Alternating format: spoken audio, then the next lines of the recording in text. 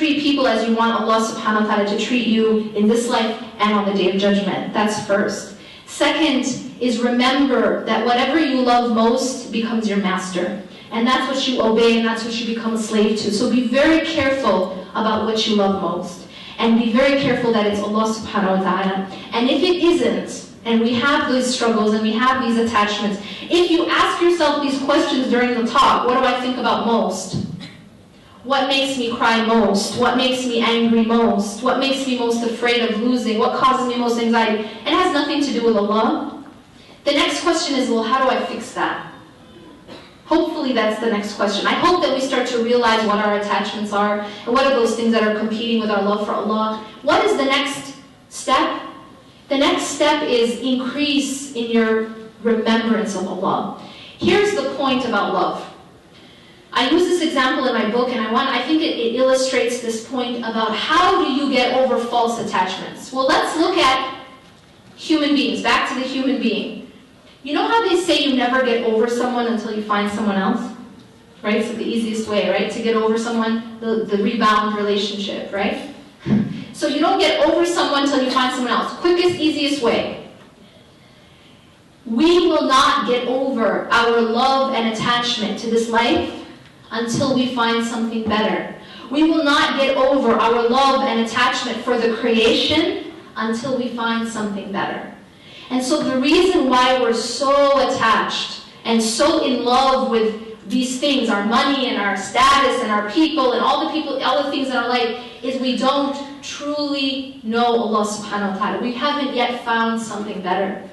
And the example I give is if you take a little kid, and you know, if a little kid sees a commercial about like a toy car and falls in love with the car, and every single day asks his parents, please, I want this car, I want this car, I want this car, and doesn't think about anything else, that child is so in love with the car and can't think of anything else.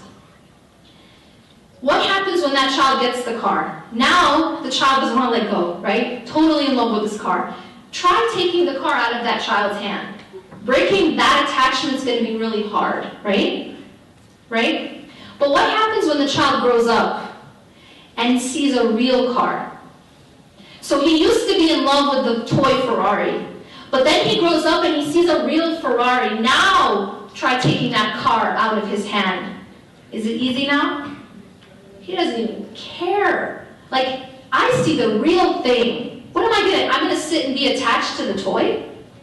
It's the same concept. That if we see the real life, if we really see the hereafter, if we really see Jannah, khayrun wa abqa, our love and attachment to the toy, to the lesser model called dunya, just easily breaks.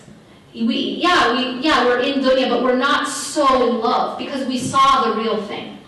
Dunya is the lesser life. There's a greater life. And finally, there is something greater than the creation. We're so attached to the creation. We're so, like, our life is kind of revolves around what is this person saying about me? What's this person, think about me? Status, money, where am I going to go tomorrow? What did she do? What is she? And it's because we really don't see the real thing. We don't really see Allah. So our life revolves around the creation because we don't see the Creator. We don't know the Creator. We don't focus on the Creator. But if you find the Creator and you increase in your remembrance of the Creator and your heart is focused on Him, then the creation starts to take its proper place, which is, they're all slaves. We're all slaves. And there's a king. We're all slaves and there's a master. If someone's on their way to meet a king and they stop and see the servant of the king, salam and everything like that, but how many people are going to sit and waste all their time trying to impress the servant? Trying to beg, for gifts from the servant, beg for love from the servant, beg for, money from the servant, right? You're not going to. Yes, you're nice to the servant, you say salam, but I'm on my way to meet the king.